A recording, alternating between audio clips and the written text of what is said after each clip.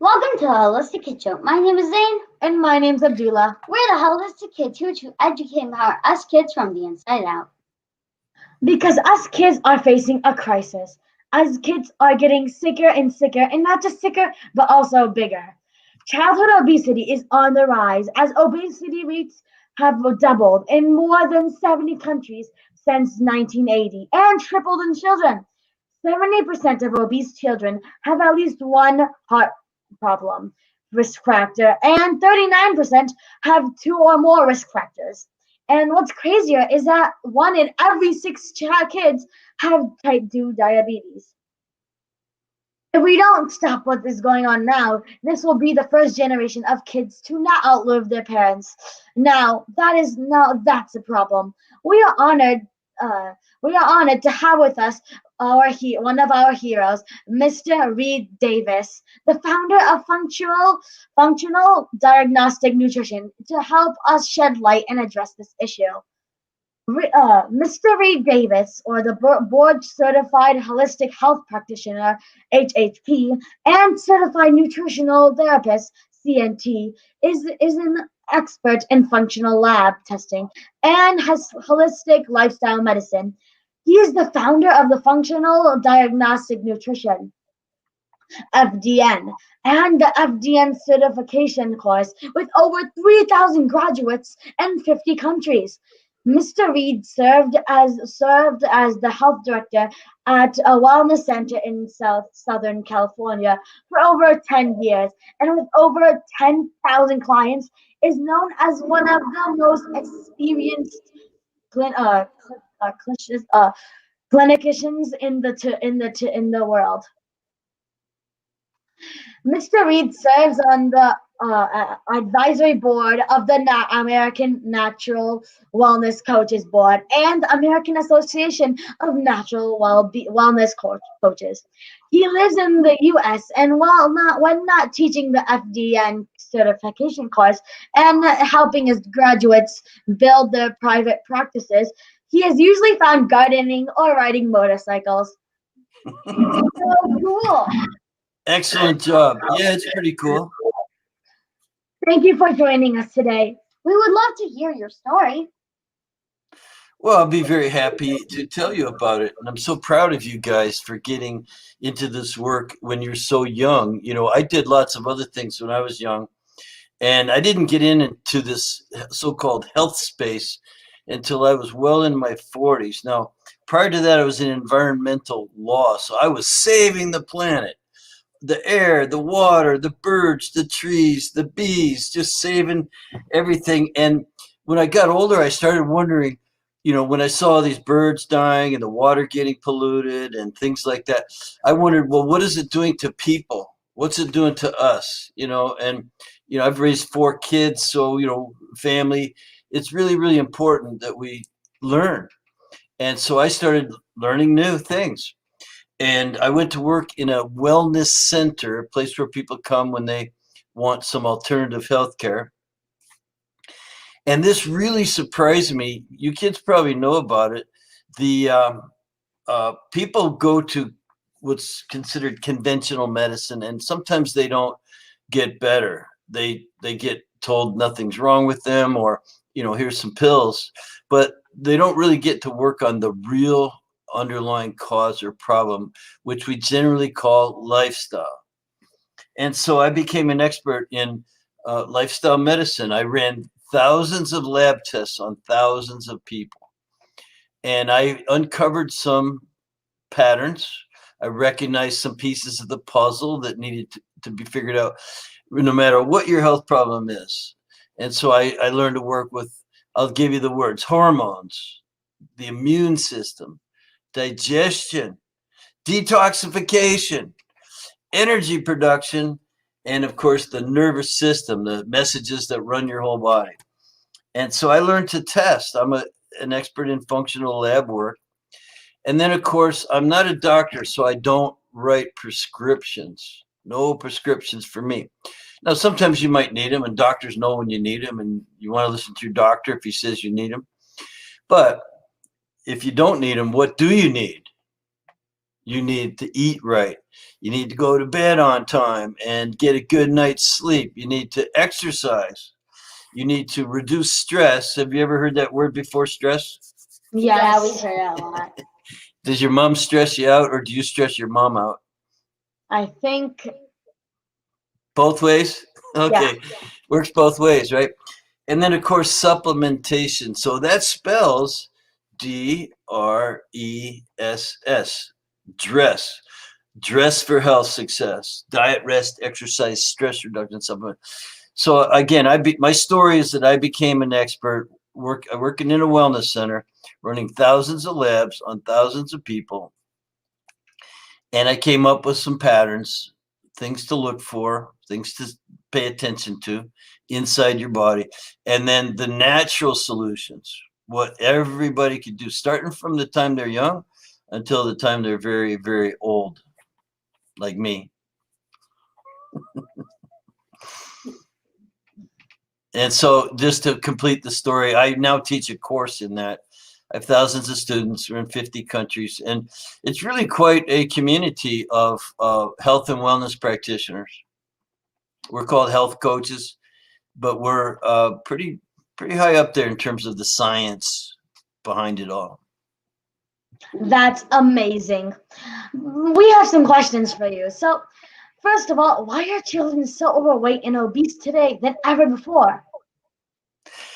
I noticed that, when I was in school, there wasn't too many big kids, what we might have just called fat kids back then. And I apologize for that. It does, and it's one of the problems today is there's so many kids like that, and they do get bullied and called names, all kinds of things, but it's much worse than that. So the reason why is because they're not eating right.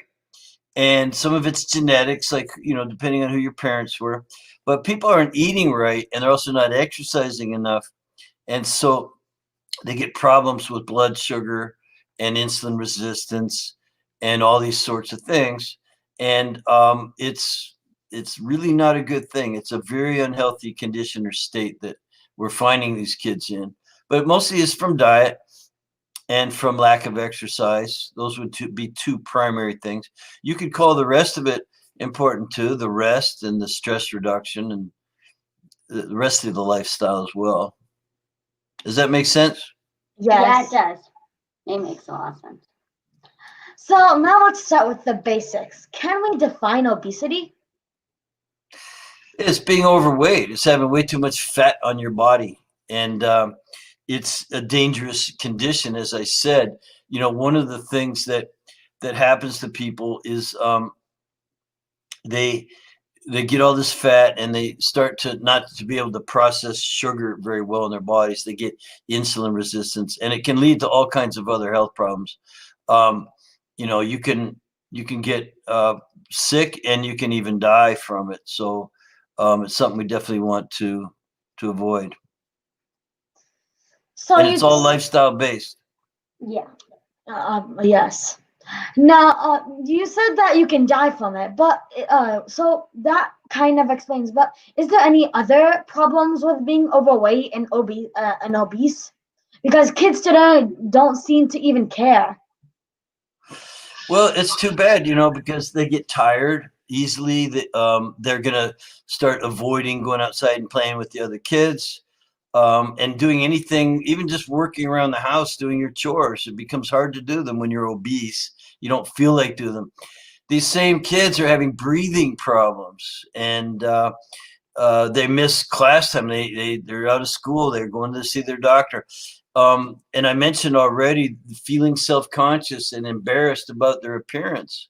Again, some kids might not care, and we're told we value children for not for how they look in any way, shape, or form, but it's still, isn't the kind of appearance that is considered healthy or even good looking for the most part.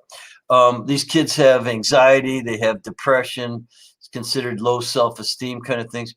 And they have to take medicine. They have to end up eating special diets that maybe they would prefer to have a different diet, stuff like that. So, and it can lead to some really serious other things, but it's just an unhappy condition. how would you feel if you were tired all the time and you couldn't breathe, right? And you're missing class and you're embarrassed about your appearance. I'd feel tired of it. Hey, now would you want to change it? Yes. I would definitely want to change it. Yeah, good. So these are sort of basic things about obesity, and again, it's controllable for the most part. Now, it can lead to things like diabetes and high blood pressure, where you could get headaches from that, you could get dizziness from that. You could also have bone and joint problems. So now you got achy, back or neck or even legs or hips or whatever it might be. Sleep problems like sleep apnea, snoring. You snore so badly that you actually stop breathing while you're asleep. And then for girls, they can have problems when they start to go through puberty with menstruation, things like that. So it's a very, very unhealthy condition. And one thing I'm proud of you for mentioning is that today's generation may not live as long as my generation or the generation before me. My mom, she's 90 years old, if you can imagine that. And we're very proud of her. And it's because she lived well, and she taught us, how to live. Well, is it true that some people may be thin on the outside but still be really sick on the inside? Oh yeah. Um, what comes to my mind immediately is even just like type 1 diabetes. You see a lot of type 1 diabetes. This is something that happens when you're young. Basically, your own immune system starts attacking an organ in your body that makes insulin. Insulin is the hormone that pushes blood sugar into the cells to be used, and so it gets all haywire. And these kids can look normal, totally normal. They're skinny, but they're very unhealthy. Um, it's interesting how it happens. Some kids, they start to pee a lot because the body's trying to get rid of this extra blood sugar. So blood sugar is in the blood. It's very high, and the body wants to get rid of it. And so because you're not making enough insulin, it's not going into the cells to be used for energy. So you start to pee a lot. What happens if you pee a lot? You get thirsty, so you start to drink a lot of water, and you also get hungry because you're not getting enough energy from the your blood sugar isn't right, so you're not having enough energy, and you actually lose weight because you're using fat and muscle even for energy production. And of course, you're going to feel tired all the time. So, yeah, you definitely can look normal but still be unhealthy. So you talked about insulin, but a lot of kids today are insulin resistant. What is it, and why is that a problem? Well, it's a real problem because, and this is where I love the science, and I started very young in biology class, and really being fascinated with what's going on with plants and animals and what's going on inside them. I don't know if they still dissect frogs and stuff, but we did that back in 7th grade. They let us cut frogs open and things. So it's very, very interesting. And in the human body, we need energy. We need to produce energy, and your cells basically are producing energy by burning food. So you burn fuel. You burn mostly carbs. You can burn fats. You can even burn proteins for fuel. Now, let me ask you a question.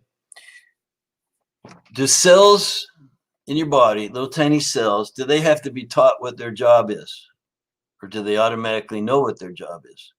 They automatically know what their job is. They automatically know. There's a lot of intelligence in the body. And so if you just fuel it right, and everything else is normal, you should be okay.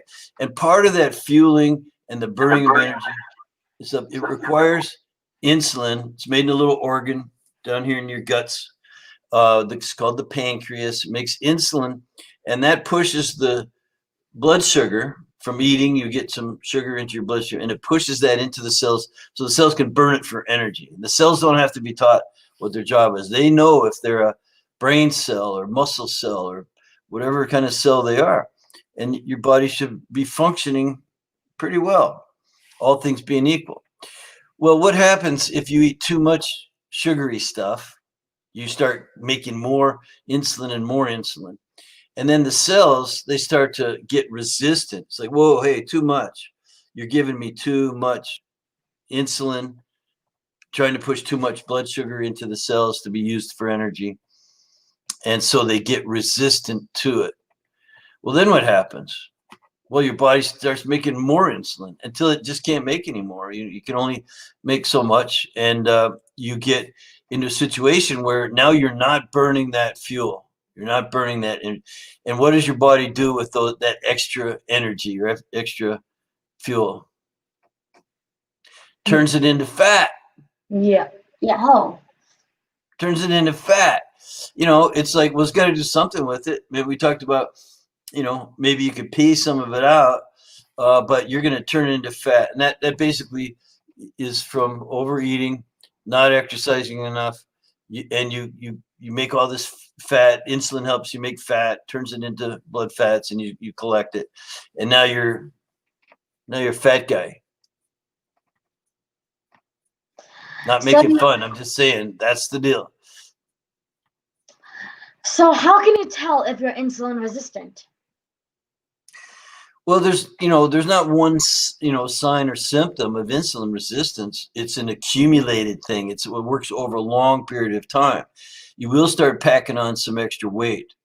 You could, and especially what they call central obesity, it starts happening around the middle.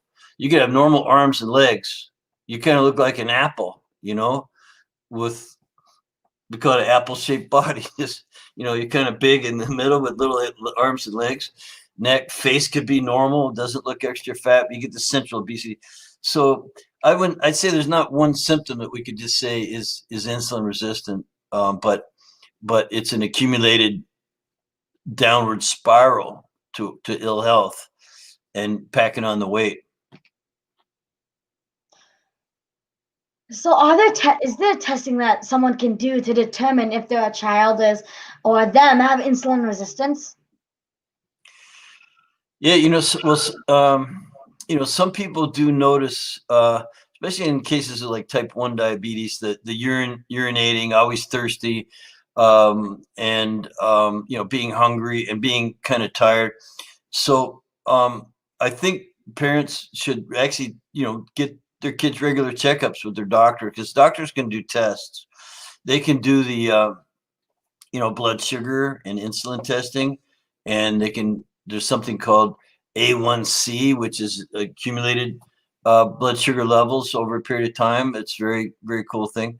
And so really you kind of need to just get your regular checkups. But if you notice kids with those things we talked about, they're don't feel like doing anything, they're putting on extra weight, they kind of appear lazy.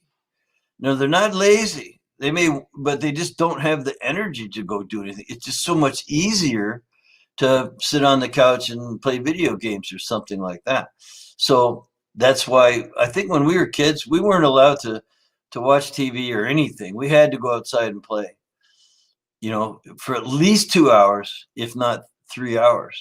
And on weekends, it's all we did was play outside, so, and by the way, we still got our homework done.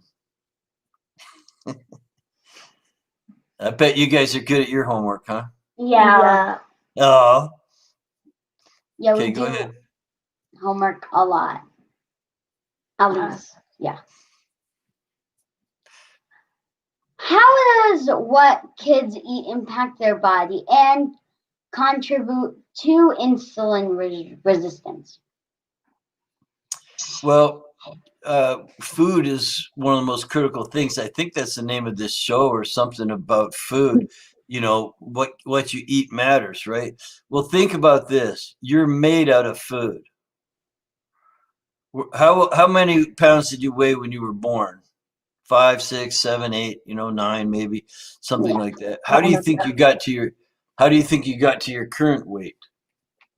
You had to put in food. So you put in food, and your body, remember, every cell knows what to do.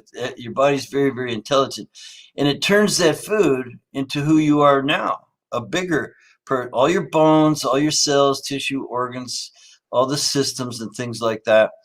There's that innate intelligence. You just give it food and the darn thing grows. So you're made out of food. Now, do you want to be made out of good food, like healthy food, real food that's out of the ground, or if you eat animals and things like that, that's fine too. There's these major food groups. You want the really high quality stuff, or do you want to be made out of junk? Definitely the high quality stuff. You want to be made out of things that are come out of a box that have all kinds of extra ingredients. You don't even know what they are. You can't even pronounce them. They got like 5, 6, 7 syllables per word and things like that. So you want to be made out of real food, not junk food. And that junk food tends to be, to answer the second part of your question, that junk food tends to be sugary or high in fats or have preservatives, insecticides, herbicides, basically poisons and toxins and things like that. And you get your choice. It's all up to you and your parents what you are made out of. And if you think about it like that, you're made out of food. Also, food, of course, is energy. And so one of the ways you could tell if you were eating good food is your energy levels. Another way you could tell if you're being made out of good food and eating good food would be your sense of satisfaction. A lot of foods leave you feeling lousy. The medical term is you feel crappy. So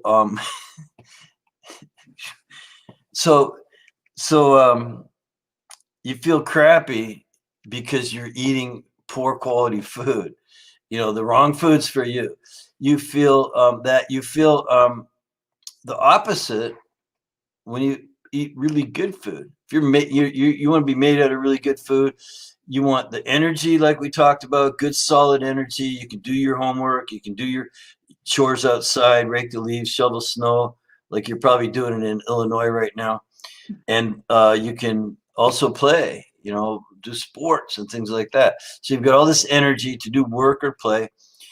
You've got a sense of well-being. You're actually kind of happy. Just, sort of whistle while you work, feelings. And then, of course, satiation, which means you feel full and you're not craving things. I notice a lot of kids, you ever notice any of your friends are always eating something like they just can't help it? They're craving cookies or some kind. Yes. Or maybe it's salty food. Some people like chips, salty, some fatty, salty, greasy stuff. Other people like the sugary things like that. They generally are craving that because they're not well fueled. They're eating very low quality fuel, and this has long-term effects. So all that sugar stuff.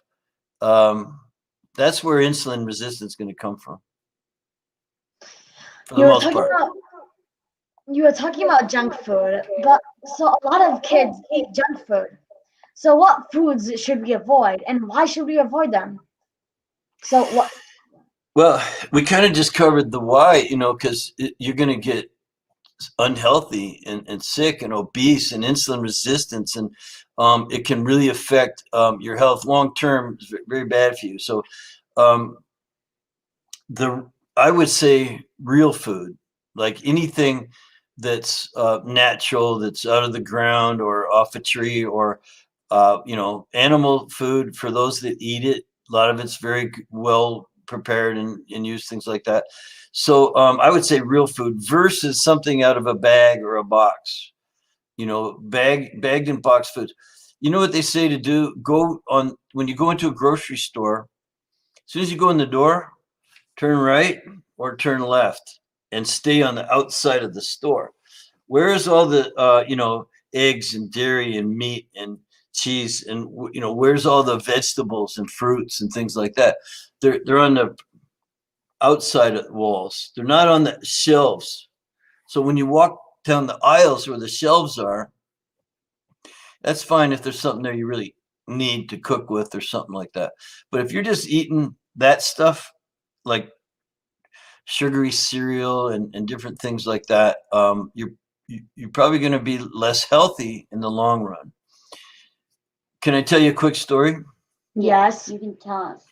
So I have a friend who she's a principal of 5 different elementary schools, like kind of where you guys probably go to school, middle school kind of a thing. She has 5 different schools. She goes to one each day of the week. And she has to sometimes in the mornings sit in on disciplinary meetings. Now, you've probably never been to one of these because you're such little angels, right? But you know that there's the kids that have a discipline meeting because the kid is, causing trouble. And they have to meet with the parent and the teacher and the kid. And this principal friend of mine would sit in on those meetings, these disciplinary meetings. And she started asking the child, the youngster, what did you have for breakfast? Now, these are the disciplinary problem kids who, it doesn't mean they're bad. That just means they can't keep their hands to themselves and they can't stop having outbursts and not paying attention and things like that. So they're not bad kids. They're just not behaving the way the teacher needs them to behave for learning. What percentage do you think were eating sugary cereals for breakfast? Probably Of these, how many? 80%. What percent? 80%. All right. So, what do you think, Isn't- Zane? 75. No, higher. I'm saying higher. Abdullah said 80. It's 100%. It was 100% of the kids in disciplinary action had sugary cereal, whether it was Pop-Tarts or, something, I don't know what they're eating these days, but it can't be good if it's all full of, sugary stuff.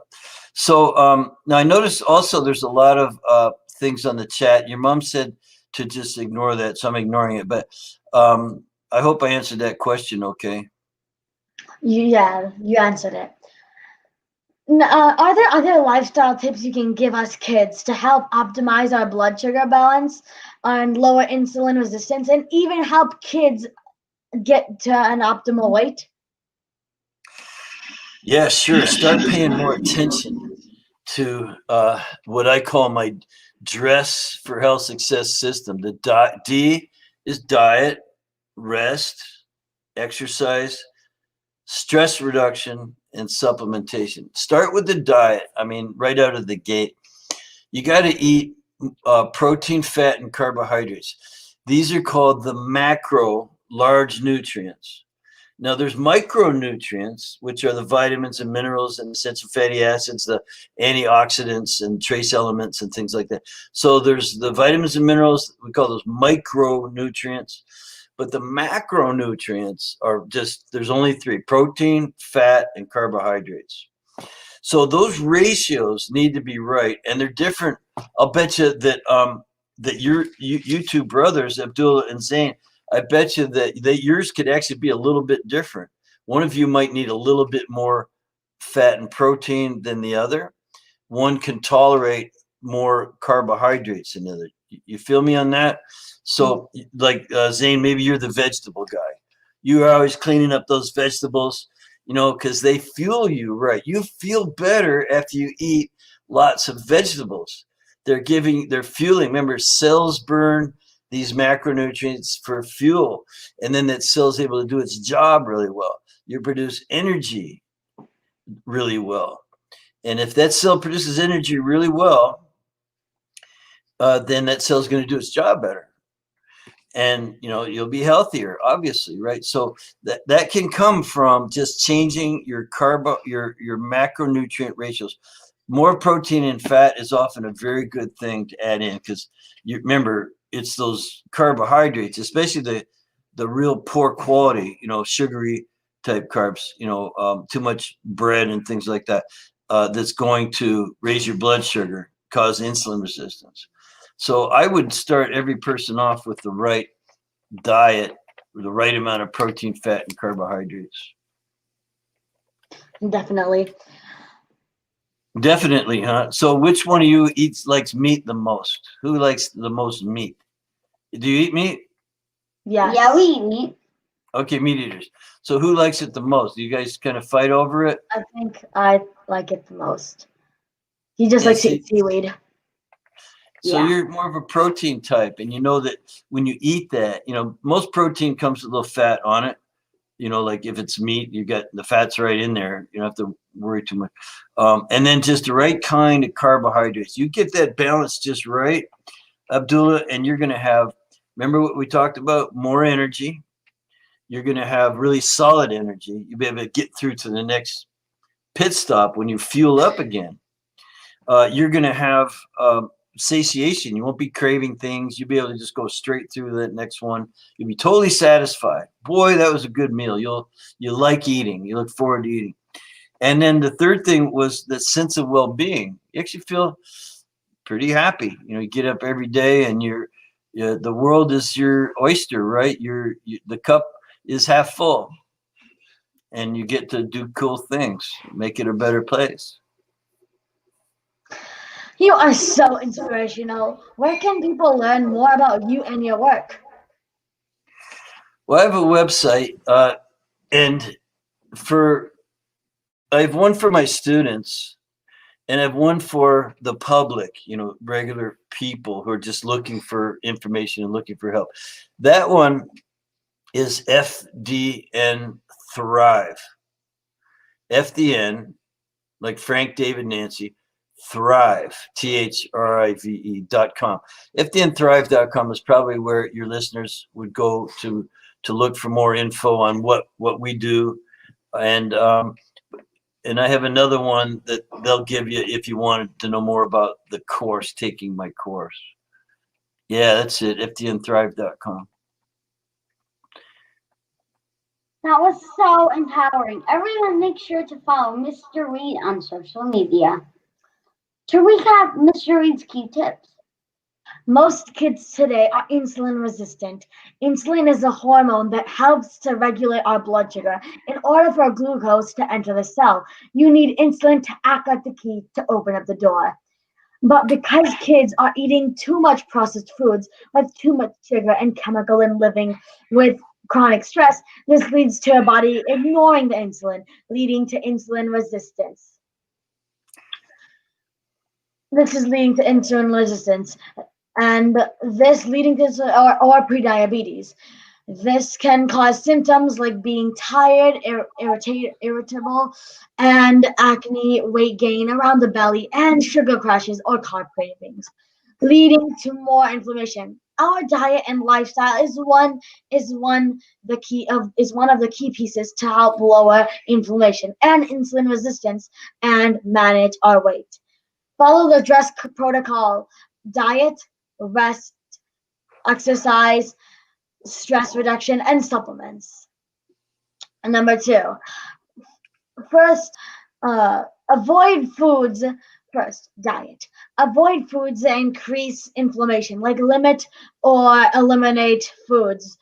Eliminate sugar, processed foods, artificial foods, junk foods, as these will only weaken your body and throw our hormones out of balance.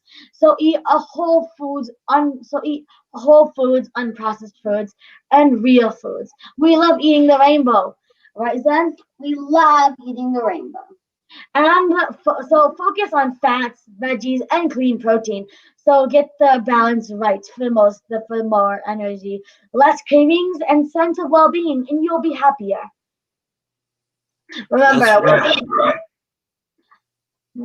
when you eat junk, your body will work like junk. But if you put good food in your body will work good. So when you shop, stay on the outside of the grocery store, so that you can find all of the vegetables and all of the better foods easier. Remember, not one diet is for everyone, so find what works best for you. Now, rest. Make sure we sleep on time. While you sleep, your body doesn't use much energy, so it has more time to heal your body. You make hormones, lower inflammation, and detoxify your body. Exercise. Get out and keep moving to help your body out inside and out. Exercise 2 to 3 times a week. or more. Stress is for stress. Managing stress is a key role to manage your chronic conditions, as it makes your gut bacteria less sick and decreases cortisol, so that you can decrease insulin resistance and make you less sick, so that overweight can't be a problem for you, which can lead to inflammation. The second S is for supplements. We need to go to your doctor, right? We need to go to your doctor and make sure you take the right supplements for you, and that is what your laboratory testing to find out what your body needs. Wow, Mr. Reed, that was amazing. Thank you so much for joining us. This has really been a pleasure and a very special treat for me to work with such good-looking young men who are interested in helping others. And so I think you're being shown a pretty good direction in life. And yeah, absolutely. Follow the Dress for Health Success system, and you'll be healthy and happy. And that's what life is all about. Thank you, everyone, for tuning in. Until next time, I'm Zain Ansari. And I'm Abdullah. Follow my family and I on social media, Holistic Mom Indeed, and look out for my mom's book, The Holistic RX, your guide to healing chronic inflammation and disease, and the amazing children's book we wrote together called Adam's Healing Adventures. So check it out on Amazon. Yay! Remember, our bodies and our health is a huge blessing, and we need to take care of our bodies the best we know how. Please spread the word. Please spread the word. Kids need to learn from other kids. Please download our podcast on iTunes and leave a review so other kids and families can benefit. We need to work together to create a healthier future for all of us. Join us next week for another episode of the Holistic Kids Show, where kids are empowering kids. Thank you, everyone. Thank you. Thank you. Thank you. Bye. Bye.